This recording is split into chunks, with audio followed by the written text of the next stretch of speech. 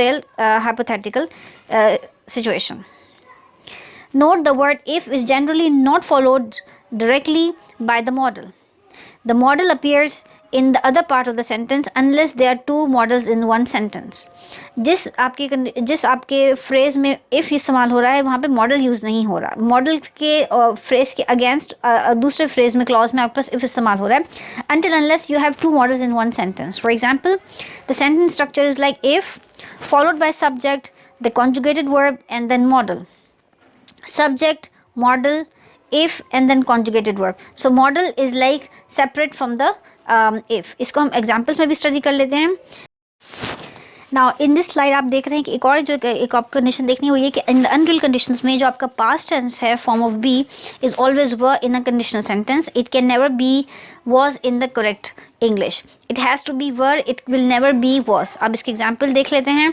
For example like if I were, if you were. Again if हम conditional sentences में इस्तेमाल कर रहे हैं. If he were, because otherwise हम ही के साथ वॉज इस्तेमाल करते हैं. But if it's a conditional sentence in unreal conditions में और आपके पास पास्ट टेंस है तो it will always be were. If she were, if I were, if we were, if you were, if they were. Regardless आपके पास singular हैं या प्लूरल सब्जेक्ट है, जो आपका पास्ट टेंस फॉर्म बी है that always be were in the unreal conditional sentences. Now, unreal conditional sentences are difficult for the foreign students to understand because it seems that the truth value of a sentence is the opposite of the way of the sentence appear. If a verb is if a verb in an unreal conditional sentence is negative, the meaning is actually positive. But if the verb is positive, the meaning is actually negative. Because हम बात ही unreal condition की कर रहे हैं तो चूँकि इसमें आपके पास कंडीशन मीट नहीं होगी तो चीज़ ठीक होगी या चीज़ रियल में प्लेस करेगी. तो इसमें आपको समझने का तरीका ये है कि आपके पास अगर कंडीशनल सेंटेंस में आपका नेगेटिव होगा, अगर इसकी unreal condition sentence is negative, the meaning is positive.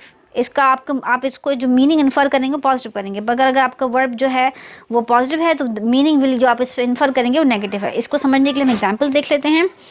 If I were rich, I could travel around the world. अब चूँकि इसमें I am not rich, I am not going to travel around the world.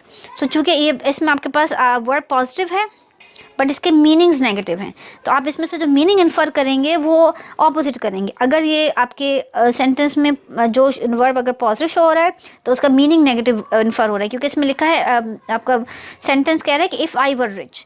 So चूँकि यहाँ पे positive